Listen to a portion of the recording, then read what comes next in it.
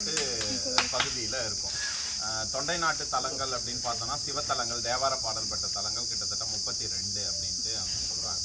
மொத்தமாக தமிழ்நாடு முழுக்க அல்லது வெளியில் துளுநாடு, அதுக்கப்புறம் மலைநாடு, வடநாடு அப்படின்னு சேர்த்து பார்த்தோம் அப்படின்னா 274 தேவார பாடல் பெற்ற தலங்கள் அப்படின்ட்டு தான் நமக்கு முறைப்படி வகுக்கிறாங்க. ஏன்னா அவ்வளோ பதிகங்கள் தான் நமக்கு கிடைச்சிது. ஞானசம்பந்தர், அதுக்கப்புறம் திருநாவுக்கரசர், சுந்தரர் ஆகிய இந்த 3 பேருமே நிறைய தலங்களை பாடியிருக்கிறாங்க. அதே மாதிரி ஆயிரக்கணக்கான பதிகங்களை பாடியிருக்காங்க.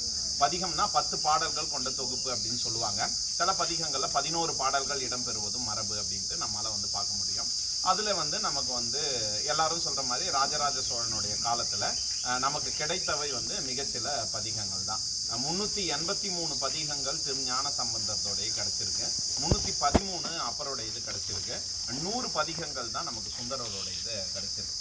அந்த விதத்தில் பார்த்தோம் அப்படின்னா நமக்கு இப்போ நாம் இருக்கக்கூடிய இந்த திருவக்கரை தலத்தை பார்த்தீங்க அப்படின்னா தொண்டை நாட்டு தலத்தில் திருஞான சம்பந்தர் பாடியிருக்கார். அவர் கரையணி மாமிடற்றன் அப்படின்னு தொடங்குற பதிகம் பாடுறாரு. அதில் பார்த்தீங்க அப்படின்னா பிறை அணிந்த கொன்றையான் அப்படின்ட்டு முதல் பாடல்லையே பெயர் வருது. ஏற்கனவே சொன்ன மாதிரி தேவார பாடல்கள்ல இருந்து தான் பெயர்களை பெரும்பாலான தலத்துக்கு இட்டு வழங்குறாங்க. அம்மனுக்கும் சரி, சுவாமிக்கும் சரி. அந்த விதத்துல பிறை சூடிய பெருமான் அப்படின்ட்டு இவருடைய பெயர் காட்சி அளிக்குது. தமிழ்ல இருந்து அப்படியே வடமொழிக்கு என்ன பண்றாங்க அப்படின்னா மொழிபெயர்க்கிறாங்க. சந்திர மௌலீஸ்வரர் அப்படின்ட்டு நமக்கு மொழிபெயர்க்கிறாங்க.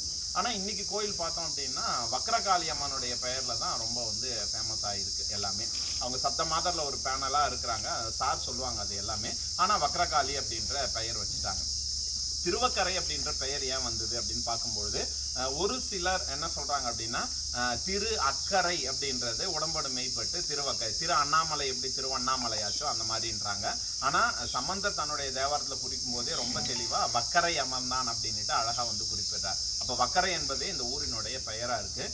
எப்படி பிரித்து பொருள் கொள்கிறாங்க அப்படின்னா வல்கரை அப்படின்றது வக்கரைன்னு மாறி இருக்கும். வல்னா ரொம்ப வலிமையான பாறைகளால் சூழப்பட்டு இருக்கிற ஊர் அப்படின்ட்டு சொல்கிறாங்க. அப்போது வர்க்கரை அப்படின்றது காலப்போக்கில் மருவி வக்கரைன்னு மாறி இருக்கும். திரு என்ற அடைமொழிப்பட்டு திருவக்கரையானது அப்படின்ட்டு சொல்கிறாங்க எல்லாமே. திருஞான சம்பந்தருடைய தேவாரம் ஒன்று இருந்தால் அப்படின்னாலும் அப்புறம் 5 இடங்கள்ல என்ன பண்ணுறாரு, திருத்தாண்டகத்தில் இந்த வக்கரை அப்படின்ற தலத்தை குறிப்பிடுறார். வைப்பு தலங்கள் மாதிரி வச்சுக்கிட்டு பாடிக்கிட்டு போவாங்க. அதாவது ஒரு குறிப்பிட்ட இடத்துல இருந்து பல்வேறு தலங்களை என்ன பண்ணுறது அப்படின்னா வரிசைப்படுத்தி பாடிக்கிட்டே வர்றது. அப்படி பார்க்கும்பொழுது அவருடைய 5 இடத்துலையுமே நக்கரை அப்படின்ற வார்த்தை வர்றதுக்கு எதுகைக்கு அழகாக என்ன பண்ணுறாருன்னா வக்கரை அப்படின்ற சொல்ல ரொம்ப அற்புதமாக பயன்படுத்துகிறார். அதன் பிறகு பார்த்தோம் அப்படின்னா 11ஆம் திருமுறையில் இடம்பெற்று இருக்கக்கூடிய சிவபெருமான் திருவந்தாதி அப்படின்ற நூல் இருக்கு. கபிலதேவ நாயனார் எழுதினாரு. அவரும் என்ன பண்றாரு அப்படின்னா இந்த சிவபெருமானை குறித்து பாடியிருக்கார். இந்த தொண்டை நாட்டு பதிகளில் பார்த்தீங்கன்னா அதுவும் நம்மளுடைய இந்த பகுதிகளில் திருப்புகழ் பாடல் பெற்ற தலமாக இருப்பது பார்த்தீங்க அப்படின்னா நமக்கு திருவக்கரை மட்டும்தான். மற்ற மயிலம் இருக்குது அருகில்.